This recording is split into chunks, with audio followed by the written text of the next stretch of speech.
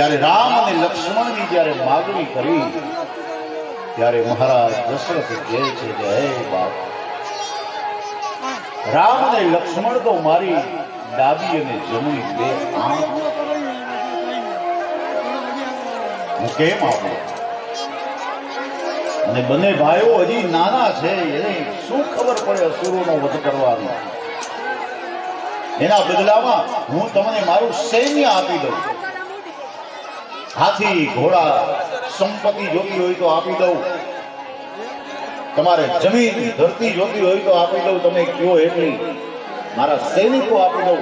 રામચરિત માનસમાં તો લખ્યું છે ઘણા બધા પર્વો બનવાયા વિશ્વામિત્રજી, પણ આ દેશનો ઋષિ સંપત્તિ નહીં સંતતિ માગે છે. તમારી સંપત્તિ નહીં પણ તમારી સંતતિ કોઈ સમાજ સેવામાં, કોઈ ધર્મની સેવામાં, કોઈ સંસ્કૃતિની સેવામાં એને સમર્પિત કરી દે. રામચરિત માનસનો સિદ્ધાંત. બાપજી, રામ અને લક્ષ્મણને તો મેં ક્યારેય અડગા નથી કર્યા, હું કેમ મોકલું તમારી સાથે?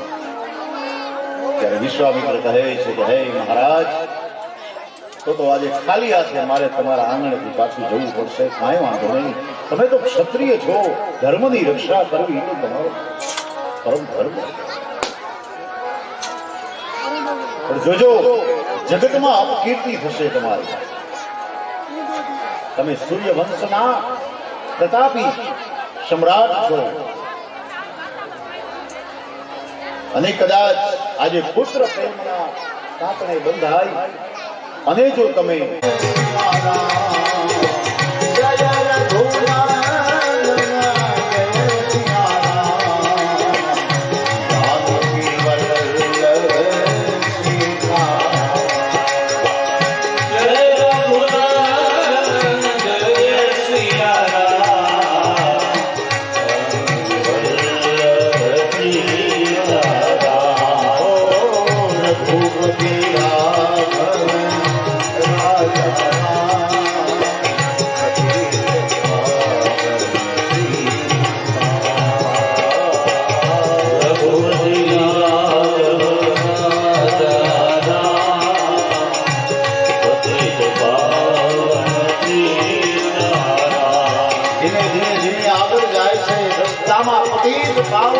ભાગીરથી ગંગાના દર્શન કરે. વિશ્વામિત્ર કહે છે કે બેટા, આ ગંગા તમારી માં છે. તમારા સૂર્યવંશની અંદર એક મહાન પ્રતાપી રાજા ભગીરથ થયો, જેને કઠોર તપશ્ચર્યા કરી ગંગાનું અવતરણ આ ધરતી ઉપર કરાય. માટે એને વંદન કરો બેટા. બંને ભાઈઓ વંદન કરે છે. ગંગાના પવિત્ર નિર્મા સ્નાન કર્યું છે, તર્પણ કર્યું છે, અને ત્યાંથી આગળ જાય છે. જય રઘુનંદન જય સિયારામ, જય રઘુનંદન જય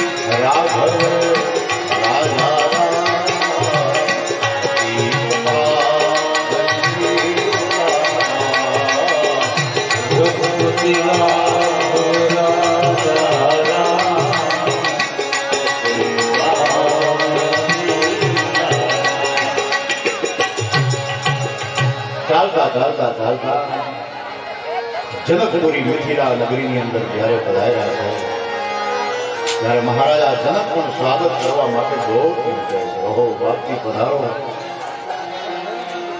સાથે આ બે કુમારો છે જેને વલકલો કર્યા છે, નક્કી નથી કરી શકતા કે રાજકુમાર છે કે કોઈ ઋષિ કુમાર. વલકલો કર્યા છે એના ઉપરથી તો એવું નક્કી થાય છે કે આ કોઈ ઋષિ કુમાર હોય, પણ કપાળનું જે તેજ જોવે છે, લલાટનું તેજ, ત્યારે એને ખબર પડે છે આ કોઈ ક્ષત્રિય રાજકુમાર. સાથી આ બે કુમારો કોણ છે? અને ત્યારે વિશ્વામિત્ર જે પરિચય કરાવે છે કે આ બે અયોધ્યાપતિ મહારાજ દશરથ એના બે કુમાર રામ અને લક્ષ્મણ છે. ઓહો ધન્ય ઘડી, ધન્ય ભાગ્ય મારા બાપ. આજે અમારા આંગણે આવીને તમે મને પાવન કરી દો, તમે તો મને ઋણી બતાવી દીધો. જનક વિદેહી આજે બ્રહ્મના દર્શન કરીને કૃતાર્થ થયા. બાપજી આપ આવ્યા છો તો અહીંયા રોકાવો, ઉતારાની રહેવાની બધી વ્યવસ્થા કરીશું. મારી દીકરી સીતાનો સ્વયંવર છે, આપની જો હાજરી હશે તો એને આશીર્વાદ મળશે. બાપ ભલે મહારાજા, તમારો આગળ છે તો કાંઈ વાંધો નહીં. ઉતારાની વ્યવસ્થા થાય છે. પછી તો રાત દિવસ રામ અને લક્ષ્મણ ગુરુ વિશ્વામિત્રની સેવા કરે. સવારમાં વહેલા ઉઠી પોતાનું નિત્ય કર્મ પરવારી પુષ્પ વાટિકાની અંદર જઈ તાજા તાજા ખીલેલા જે ફૂલ છે એ લઈ આવે અને બાપજીને પૂજાની અંદર આપે. આવો ક્રમ બની ગયો કાયમ. એક દિવસ એવું બને છે કે રામ અને લક્ષ્મણ પુષ્પ વાટિકામાં પુષ્પ લેવા જાય છે. આ બાજુ મહારાજ જનકની દીકરી જાનકી સીતા સાહેલીઓની સખીઓની સાથે કહેવાય છે કે માં ભવાનીની પૂજા કરવા પુષ્પ વાટિકાની અંદર આવે છે.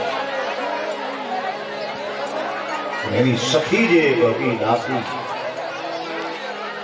આ બંને કુમારો યુવાનોને જોઈ જાય છે અને જેમ બ્રહ્મને જોઈ અને જીવ જેમ આનંદિત થઈ જાય, દોડતી દોડતી આવે છે કે અરે બેન જોતો ખરી, આ આપણી પુષ્પ વાટિકાની અંદર આ બે કુમારો કોણ આવ્યા છે? સીતાજીને આમ હાથ પકડી અને લઈ જાય છે. એક વૃક્ષની આડે, ડાળીની આડે છુપાઈ અને જોવે છે. રામના દર્શન કરી અને જાનકીજી ભાવ વિભોર થઈ ગયા. આજે બ્રહ્મ સંબંધની આ કથા છે કે જ્યારે જીવ બ્રહ્મને મળે છે ને ત્યારે કેટલો આનંદ થાય છે. હજારો જન્મથી વિકૃતો પડી ગયેલો જીવાત્મા જ્યારે બ્રહ્મને મળે છે, પણ મર્યાદા કેટલી છે જો. રામ અને સીતાનું પ્રથમ મિલન બગીચામાં થયું છે, પણ એક પણ મર્યાદાનું ઉલ્લંઘન નથી થયું.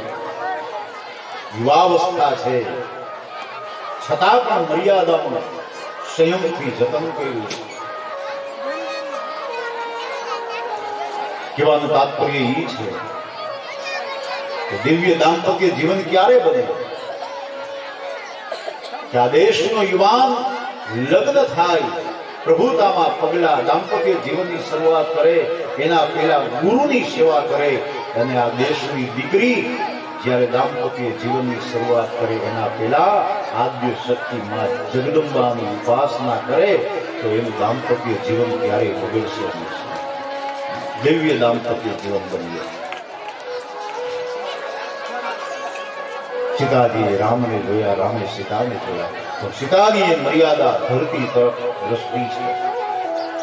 ધરતી માતાને જાણે કહેતા હોય કે હે માં, તારા જેવી ધીરજ મને આપજો.